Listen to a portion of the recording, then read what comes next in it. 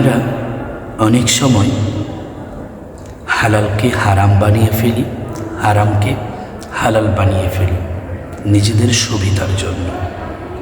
কিন্তু আপনি যে হালালকে হারাম, হারামকে হালাল বানাচ্ছেন, এই দুঃসাহস আপনাকে কে দিল?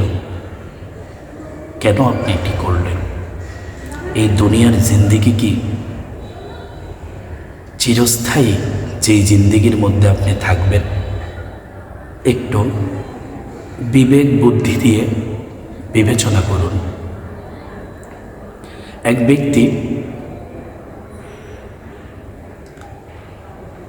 দাওয়াত খেতে গিয়েছেন। তো হুজুর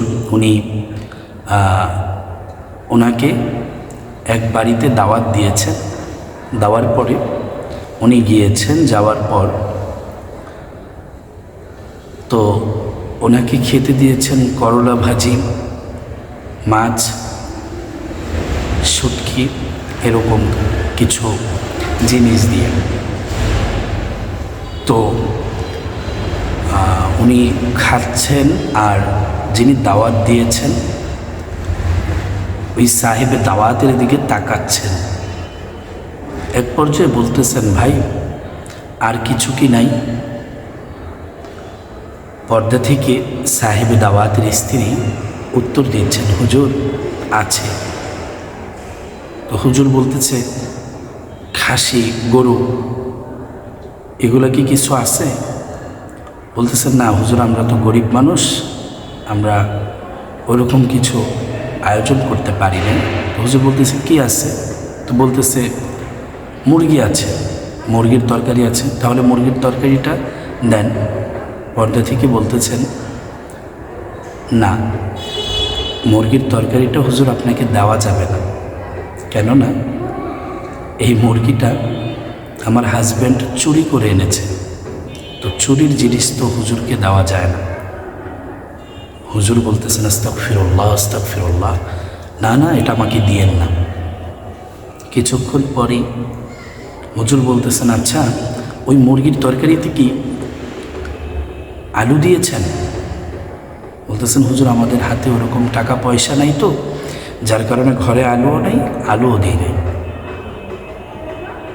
ও আচ্ছা আচ্ছা। এ বলে আরও কিছুক্ষণ পরে বলতেছেন, আচ্ছা ওই মুরগির তরকারিতে ঝোল আছে তো না?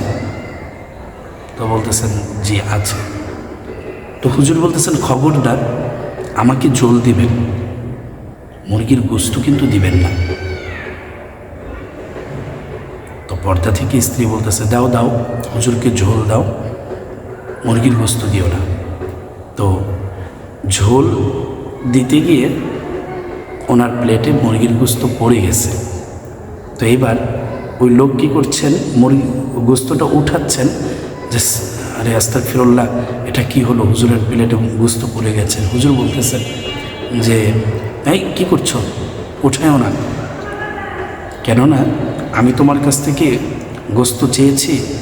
বলতেছে, না, কারণ চুরির গোস্ত আমার জন্য খাওয়া জায়েজ নেই। তুমি আমাকে দিয়েছ?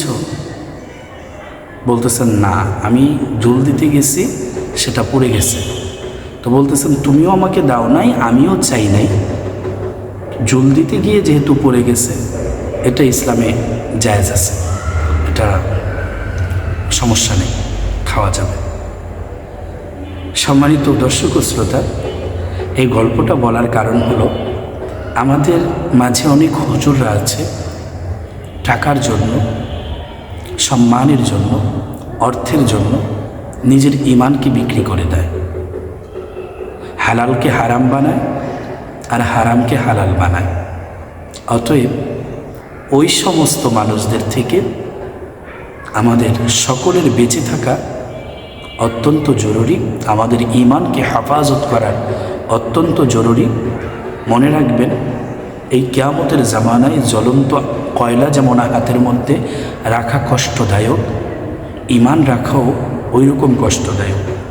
আল্লাহ পাক আমাদের সকলের ঈমানকে হেফাজত করুক এবং সকলকে ইসলামের সঠিক বুঝদান করুক। সকলে বলি আমিন।